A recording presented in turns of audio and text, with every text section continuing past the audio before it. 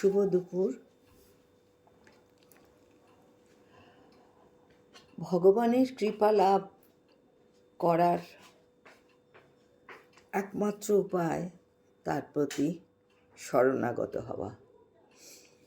চিন্ময় চেতনায় অধিষ্ঠিত হওয়ার ফলে জড়জগতে ত্রিতাপ দুঃখ থাকে না। এইভাবে প্রসন্নতা লাভ করার ফলে বুদ্ধি স্থির হয়। যে ব্যক্তির চিত্ত সংযত নয় তার পারমার্থিক বুদ্ধি থাকতে পারে না, আর পরমাত্ম চিন্তা শূন্য ব্যক্তির শান্তি লাভের কোনো সম্ভাবনা নেই। এই রকম শান্তিহীন ব্যক্তির প্রকৃত সুখ কোথায়?